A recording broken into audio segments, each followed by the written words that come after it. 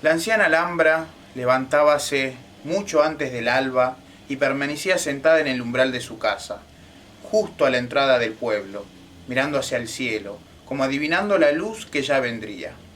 Por estas razones, por vivir en la entrada del callejón y por madrugadora, fue la primera en observar la llegada de Mazariego, ocurrido un día cualquiera.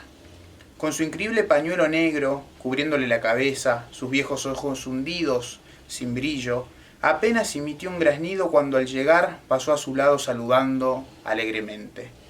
Mazariego, nieto de uno de los fundadores del pueblo, había resuelto instalar en la antigua casa familiar un negocio de venta de bicicletas.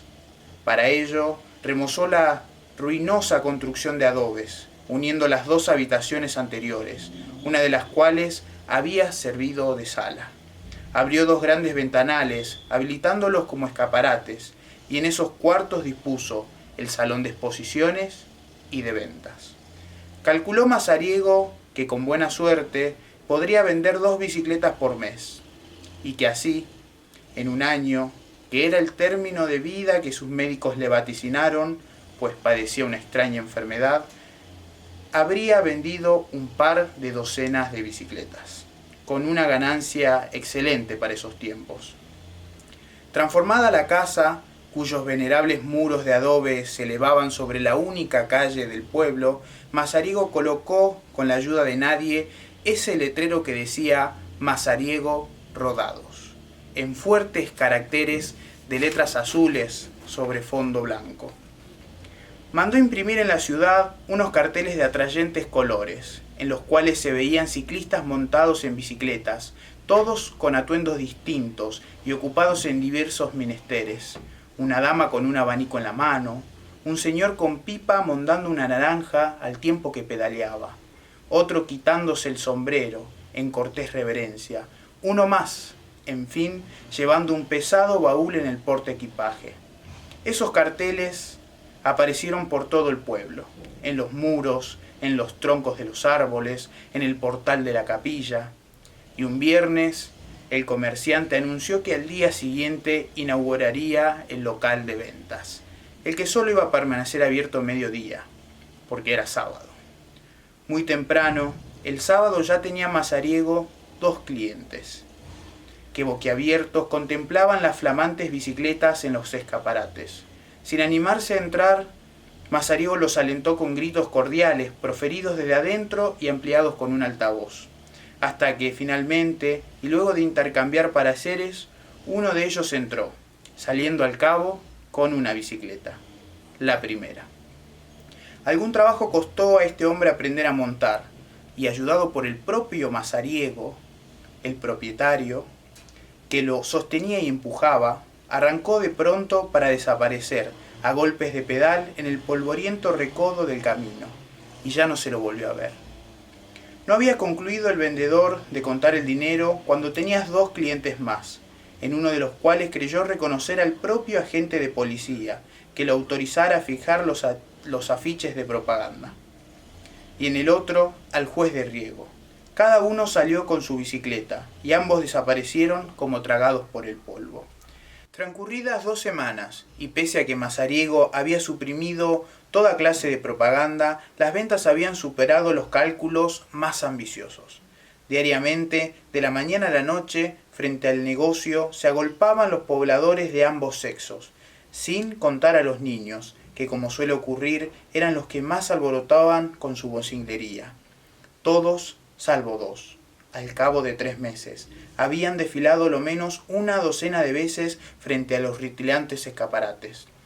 Esos 2 eran el bolichero y su mujer, ambos obesos y pálidos, quienes taciturnos combatieron sordamente el advenimiento de Mazariego, un poco por espíritu conservador y otro tanto porque al cabo de algunos días comprobaron la enorme disminución de sus propias ventas de vituallas y licores.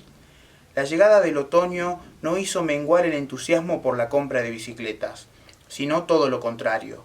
La maestra de escuela se llevó una con el cuadro niquelado, el ingeniero otra, de carrera. También el jefe de la estación ferroviaria y la anciana Alhambra obtuvieron las suyas. Algunos, Los más pudientes incluso adquirieron dos, alegando posibles fallas que le impidieran seguir rodando en mitad del camino.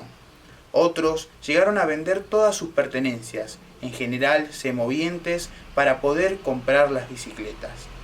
Las hojas de los árboles languidecieron como era de esperar, y el éxodo comenzó a causar grandes males, cementeras estériles, techos que se derrumbaban por falta de reparación en las viviendas abandonadas por los ciclistas. El propio jefe del registro civil y su mujer partieron, pedaleando a su vez, y desde entonces dejaron de anotarse defunciones y nacimientos, sin mencionar los matrimonios, que para peor, desde el comienzo de la venta de bicicletas, aumentaron. Fue cuando las calamidades empezaron a asolar el pueblo, depredaciones y robos provocados por una banda de salteadores, impunes por falta de resguardo policial, una invasión de serpientes que, según se sabe, se animan a rondar por viviendas deshabitadas. 5 muertos en 6 meses quedaron insepultos, las aves de corral desamparadas huyeron, las campanas de la iglesia dejaron de sonar. Después del otoño llegó el invierno, adulterando la claridad del cielo, convirtiendo en escarcha sutil y quebradiza los rocíos de todos los largos amaneceres. Y, cuando no había culminado aún el 10º mes, Mazariego se sintió morir. Pero ya no había quedado nadie, y el pueblo, vacío y oscuro, también languidecía con sus casas derruidas y cubiertas de amarillentas, duras plantas tepradoras. Ese día, el vendedor de bicicletas vomitó y supo que era el fin. Serían las 9 de la mañana, inicial del invierno, particularmente plomiza y fría, cuando arrastrándose trató de cruzar el salón de ventas para cerrar las persianas de los escaparates y la puerta. En ese momento distinguió los rostros demacrados de los codiciosos ojos del bolichero y su mujer. Desde el suelo los contempló horrorizados. Trató de gritar algo, pero solo pudo hacerlo con el último brillo de sus ojos, con esa postrera luz con la que vio impotente las inútiles manos crispadas sobre el suelo de baldosas, como ambos, ávidamente, dispuestos a todos, penetraban en el local, y apoderándose de la última bicicleta que restaba, huyeron pedaleando a gran velocidad, la mujer trepada a los hombros de su marido, hasta desaparecer en el recodo del camino, de ese camino que ya solo era senderillo, angosto entre el yuyarán.